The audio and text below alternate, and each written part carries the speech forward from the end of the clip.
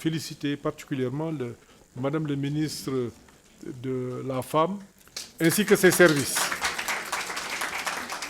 pour le travail fouillé qui a été fait et cet exercice d'ouverture et de transparence. Donc cela est extrêmement important. Donc elle a invité l'ensemble des acteurs, les partenaires techniques et financiers, des acteurs de la société, ou je veux dire des actrices de la société civile, parce que là, et les administrations qui sont là, qui ont des missions qui peuvent impacter directement, en tout cas du point de vue de leur mission, la condition féminine. Donc cela est extrêmement important. Et je vous félicite pour ce travail et je pense que ça a été instructif pour tout le monde, y compris pour le Premier ministre, même l'ensemble des membres du gouvernement ici présents. Chacun quand même veillera à ce que les mesures prises ou les recommandations soient mises en œuvre. Donc la première recommandation, elle est adressée au ministre de la Femme qui veillera à institutionnaliser la tenue annuelle d'un conseil interministériel sur genre et développement pour partager le rapport annuel sur l'autonomisation de la femme, la revue de la politique d'égalité hommes-femmes, la réponse aux violences faites aux femmes et aux enfants.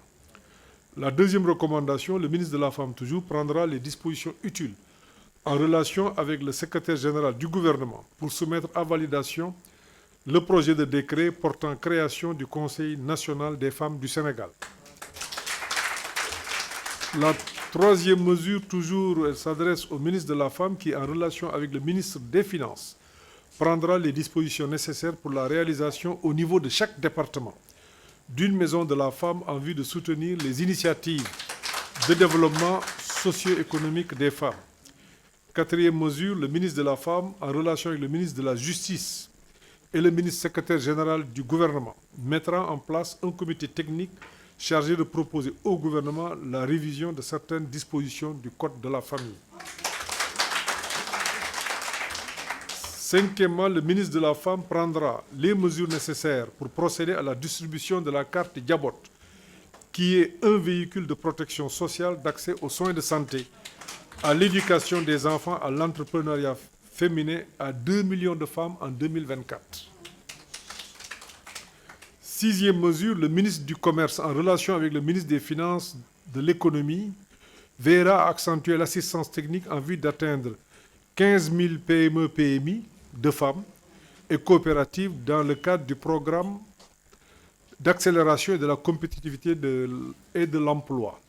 Septième mesure, le ministre de la Femme, en relation avec le ministre des Finances, prendra les mesures utiles pour accompagner et faciliter l'accès des PME femmes à la commande publique pour atteindre les 2% dédiés.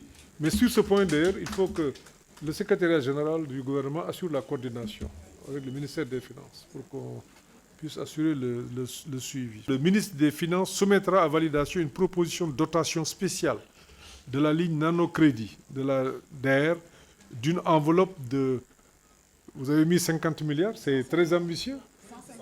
Donc c'est 150 milliards sur 3 ans, c'est 50 milliards par an. Et ça, vous le demandez aux candidats peut-être. Mais vous méritez plus que ça. Vous méritez plus que ça. Neuvième mesure, le ministre de la Santé, en relation avec le ministre des Finances et le ministre de la Femme, veillera au paiement de l'extension des motivations allouées au Badianougor. Ça, c'est une mesure que je suis en train de suivre. Voilà. Dixièmement, le ministre du Développement communautaire procédera à la finalisation de la loi d'orientation de protection sociale adoptée le 21 février en Conseil des ministres pour sa transmission à l'Assemblée nationale. Enfin, le ministre de la Femme prendra en relation avec toutes les parties prenantes les mesures idoines pour une parfaite organisation de l'édition 2024 de la Journée internationale de la femme sur le thème « Investir en faveur des femmes, accélérer le rythme ». Je vous remercie de votre aimable attention.